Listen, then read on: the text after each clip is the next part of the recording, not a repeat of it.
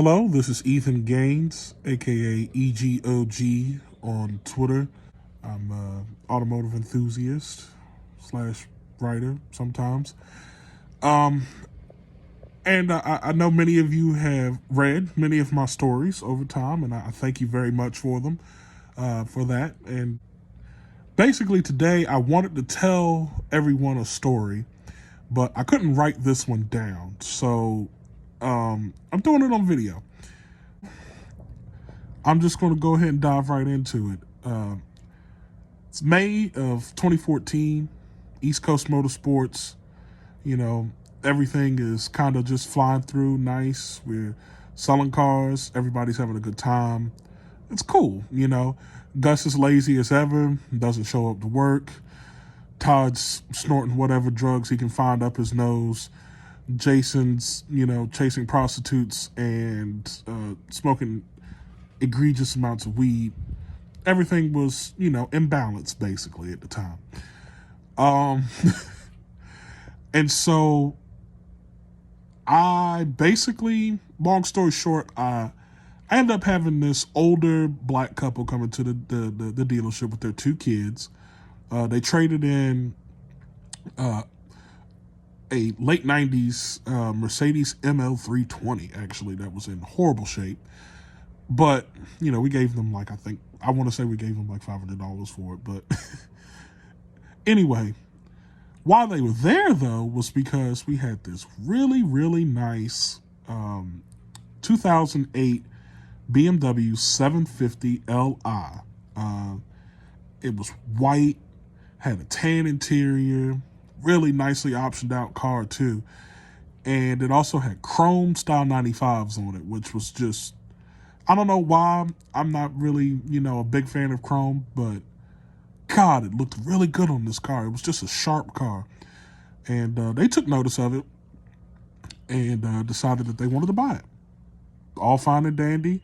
They had great credit, made decent money doing what they do. So I didn't have a problem getting them into the car at all. But I was going to need a little money down to, get the payment to where they wanted to stay at. I was going to need $2,000. And the funny thing was, they had $1,000 on them. And I was like, well, you know what? You just bring me the other $1,000 tomorrow. It's fine. I'm not going to shake you down over $1,000, especially because the deal actually made us like roughly $6,000 to $7,000 in the front, if I remember correctly. So even if I was missing that $1,000, we still made plenty of money on that car. It didn't matter. I wasn't going to sit there and fret over it. Well, like most days at East Coast Motorsports, the couple had signed all their paperwork and left, and it was later in the evening. It was probably about 7:30, 8 o'clock, and Gus finally strolls through the door. And after everybody else had been doing hard work all day to sell cars and make money, Gus runs through the door and decides that he wants to, police everything that's been going on all day. So I'm pretty upset anyway, just because of the fact that he actually came in and started sticking his nose in everything that was going on. But then he starts to make a whole stink about this missing $1,000 in this deal, basically.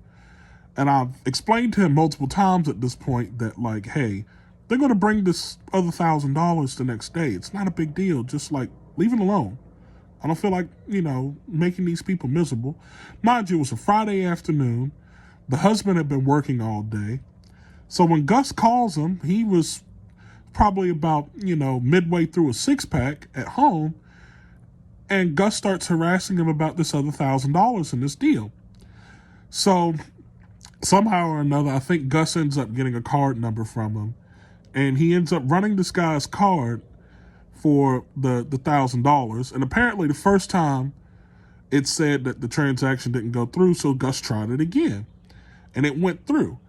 Well, the guy calls back about 30 minutes later and goes, hey, I have 2 transactions for $1,000 out of my account. What the fuck is going on? A whole basic back and forth ensues between him and Gus, because Gus is like, I didn't get any money, blah, blah, blah. The first one didn't go through. I don't know what you're talking about. And so the guy just ends up getting so peeved about the whole thing because we had already agreed that he was just going to bring me $1,000 in cash the next day, that he was like, you know what, fuck you guys, I'm going to just bring your piece of shit ass car back up there the next day. Now, mind you, the guy was a little, inebriated, so he probably didn't really mean what he said. But now at this point, I'm pissed because I just made us a ton of money basically on just one car, and Gus effectively ruined it within 30 minutes of him walking in the fucking dealership.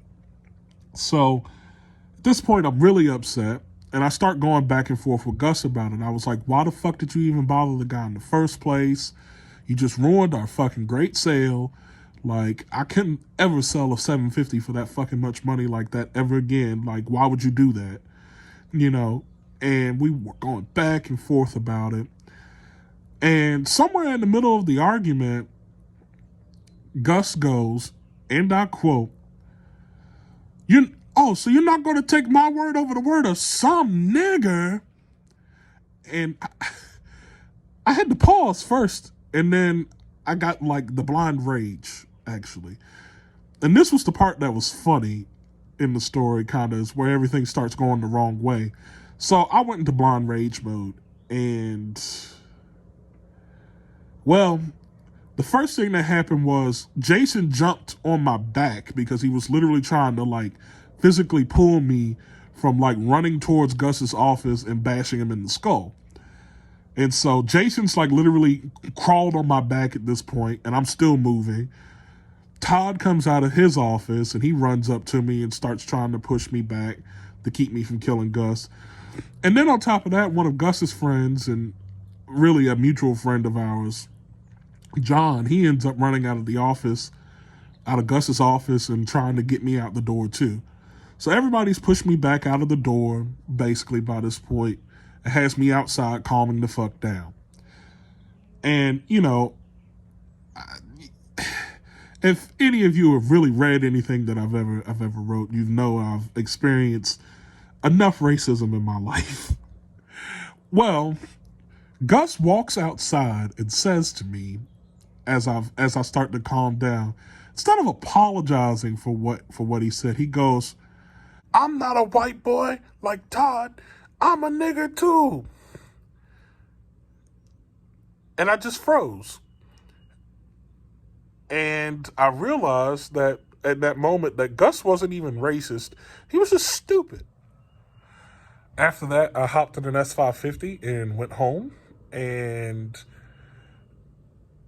I laughed about it, actually, probably the entire way home. Because it was just so stupid. I've never experienced anything as dumb as that before in my life. But, East Coast Motorsports tended to bring those kind of things up anyway. So, I hope you found this story as funny as I did. And if not, oh well, because I told it to you anyway. But thanks again, and have a good day.